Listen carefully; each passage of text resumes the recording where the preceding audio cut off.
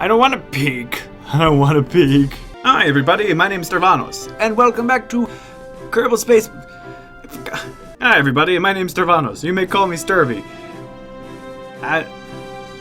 Was my name really Stirvy? It's a transitional point in my life, okay?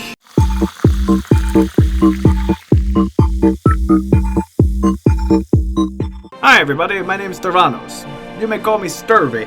And welcome to Kerbal Space Program. Once again, I am doing some training for the challenge that Jason gave me, which is to make it to the farthest reaches of the galaxy.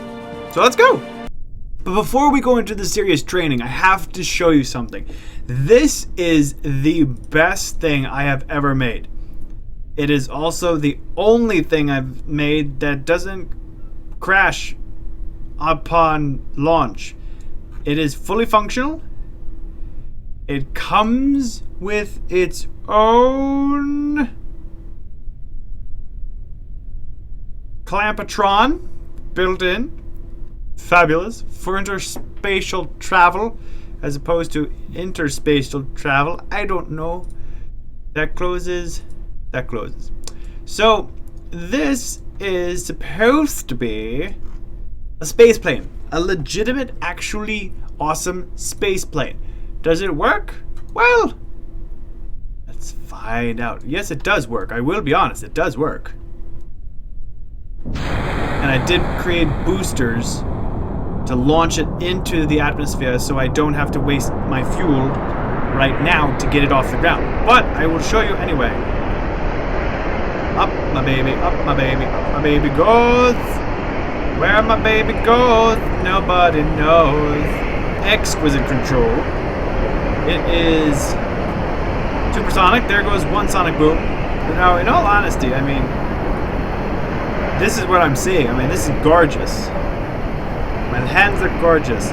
So this is one of the mods I downloaded. Not hyper futuristic or cheating. It's just how it is, and they didn't create a way for them to see through the cockpit yet. That's all. But I'm going so fast, I am burning through the atmosphere. Haven't even exited yet. So now here's the only problem I have with my vessel. I don't have enough oxidizer. I'm basically now drifting in space. But we will be awesome. So yeah, so this is my space plane. I'm hoping to get this one qualified enough to get us to the moon. Now we gotta go to the drawing boards to get things into space. Now I know what you're thinking. You're going, oh, Stirvy, is this gonna be one of those channels that is super serious about super serious stuff and that's why it's super serious? Well, I'll tell you. No, this is not gonna be a super serious one because you know what? I didn't plan out any of this. I just kind of built it and said, this is what I remember from Apollo 13. And this is what I recognized. It's swaying already though, so I'm slightly worried. 3, 2, 1, booyah! Good, stable. Take that. Good. Good. So far, so good. Come on, baby. Don't do this to me now. Don't. I know you've got drag. Don't do it. Don't do it. Good. Stabilize. Detach. Creeps. I was afraid of that. Oh no. Don't wiggle. Good thing I have unlimited funds here, but let's just try to get this into orbit. So right now, what do I have in here? I have just a bunch of utility stuff with which to build my starship base thing. How are we looking? I'm pitching too early. Alright, but I still have... I gotta get to 70,000 meters. These meters are miles. Somebody tell me. I don't even know anymore. This looks like some kind of fish having a little bit of an issue. Which I have an issue with. Because it's not supposed to be a fish. Okay. Here we go. In thrust. Okay, good. Like, do we have enough fuel? Okay, burn, baby, burn. Get us into orbit. Burn, baby, burn. I have no. Okay. What are we looking at? What are we looking at? What are we looking at? We're not gonna make it. Nope. I didn't mean that. No, no, no, no, no. That. And that. Right? Uh-oh.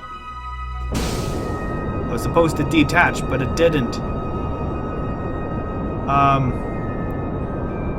I thought it has a decoupler on it. Whoop. Alright, now we're going into inversion, which is good. Whoop, whoop, whoop, stop. Inversion? It's okay. We have achieved orbit, ladies and gentlemen. Either I've gotten better or this game's gotten easier. Or I'm just stupid lucky. At the end of the day, this could become a moon base, and that's okay. I got the dock alignment set there, so this is good. So we can actually go to the Space Center now. We have a little bit of fuel left in this one. And then there's a docking ring here. So you can actually dock on this side. Now there was supposed to be, this is supposed to detach. Dang. Oh well. It's supposed to detach, so we have docking rings in multiple places and a connection for... There we go, for the base. There we go! Oh, let's just take a look at the beautiful sights. There we are! We made it! We're in space! We're in space! Ah! That will never get old. Space is so beautiful. Elegance, story of why.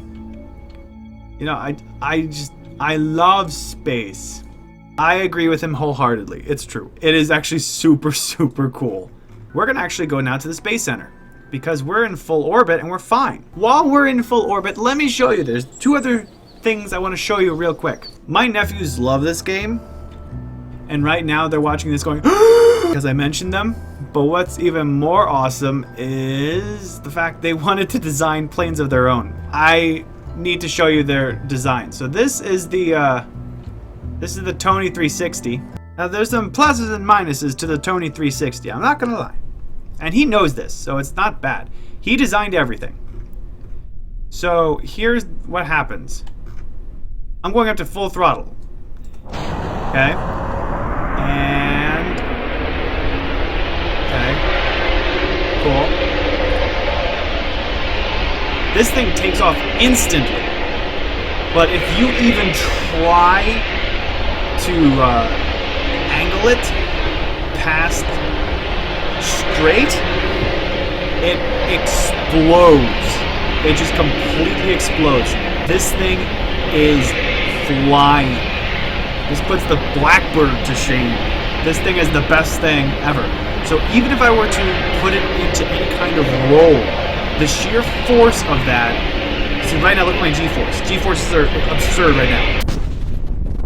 I didn't even touch it. I was actually just noticing the G-forces were tearing the ship apart. It literally could not withstand its own speed.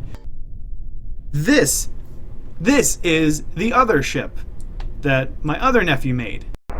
Now his has a slightly different thrust. Now I don't quite understand what this engine is. I thought it was just a normal booster, but now looking at it, it seems to be a black hole generator? Just what kind of looks like? This one's got... She's like...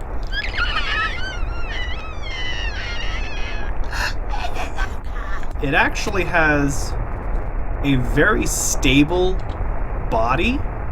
It doesn't really turn on a dime, but at this speed, that's okay. Fuel is also hyper efficient, which I don't quite understand. This is like an impulse drive? Dark drive, there it is. The dark matter drive. So in a way, it is kind of sci-fi. FYI, Jason, this engine will not make it on my ship. Because I know you specifically requested that I do it without cheats, and in my mind, since this isn't a technology we've mastered yet, it is a cheat. It's awesome engines, and I love it on this thing, and it makes it even more look like a Gundam fighter. But doesn't quite go along with the challenge you gave to me. Oh, that is just awesome to come back to. Go faster! We must achieve maximum warp! We may not make it, but at least we'll die looking awesome. At this point, she's just like, Yeah, well, if we didn't die in the first couple of minutes, I guess it's cool. come on, these solar furnaces aren't strong enough. But we have 2 of them. That automatically means we're awesome. Can we slow down? We might actually go into orbit as is.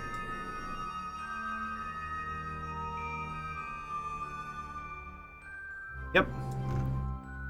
Okay, and this guy's gonna be in orbit too.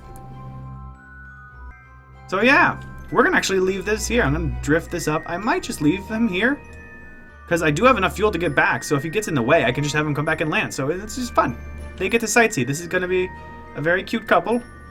Sightseeing. Right? Wait, twins? Wait a minute. Twins!